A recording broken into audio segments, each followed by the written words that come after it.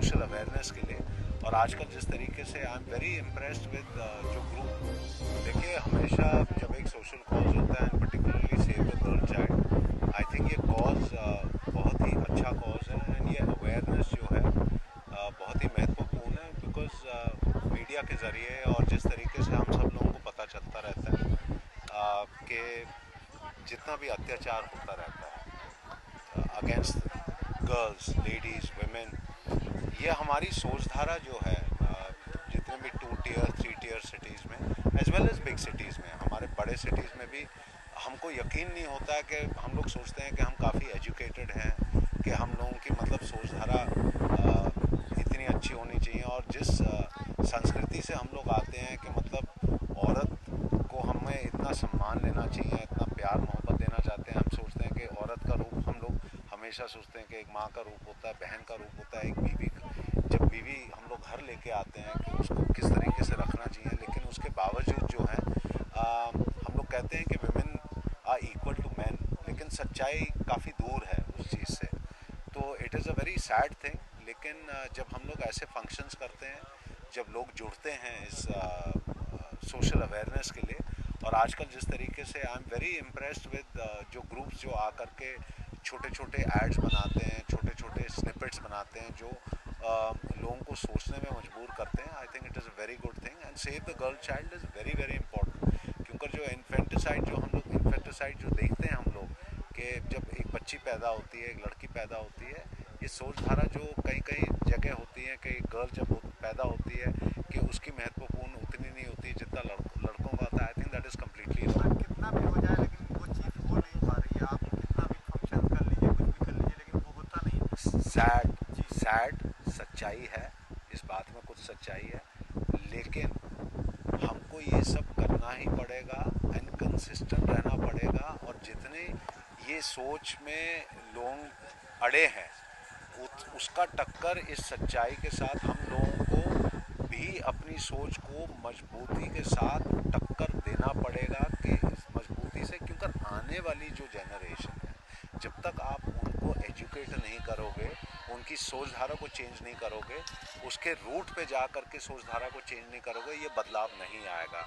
India काफ़ी transform हो चुकी है, चेंज और बदलाव आने में टाइम लगता है, लेकिन आप अगर कंसिस्टेंटली और परसिस्टेंटली करते रहेंगे वो सोचधारा में चेंज होगा। आखिर में आपसे जानना चाहेंगे, स्माइल फाउंडेशन ने जो इनिशिएटिव लिया है उसके बारे में क्या कहना चाहेंगे, क्योंकि सारे स्टार्स भी जुड़ गए हैं इसके साथ, तो कितना वेरी वेरी गुड। और देखिए कोई भी फाउंडेशन जब ऐसे काम करती है, पर्टिकुलरली स्माइल कंसिस्टेंटली करती रही है। कई फाउंडेशंस होते हैं जो बिगनिंग में आते हैं, स्ट्रगल करना पड़ता है कि उनकी पहचान कुछ बने, लेकिन जब वो नेक काम करते हैं, अच्छे काम करते हैं, बिगनिंग में बहुत मुश्किल होता है, लेकिन उनके काम को देख करके हर कोई उस फाउंडेशन के साथ जुड़ना चाहता है and smile is one of those foundations. God bless them. और बहुत लोग जुड़ेंगे इनके साथ। Thank you so much sir. Ma'am, सबसे पहले तो स्माइल फाउंडेशन ने ये जो इनिशिएटिव लिया है उसके बारे में क्या कहना चाहेंगे, कितना ज़रूरी है अपने देश में? ये बिल्कुल ज़रूरी है और ये बहुत अच्छी बात है कि इस smile foundation has always come up with इस तरह के बहुत अच्छे causes and it's a very nice thing. और गर्ल सेव अ गर्ल और गर्ल चाइल्ड के लिए, इस कॉज के लिए ये इतना बड़ा फंक्शन हो रहा है, it's a very nice thing. It's generating a lot of awareness amongst.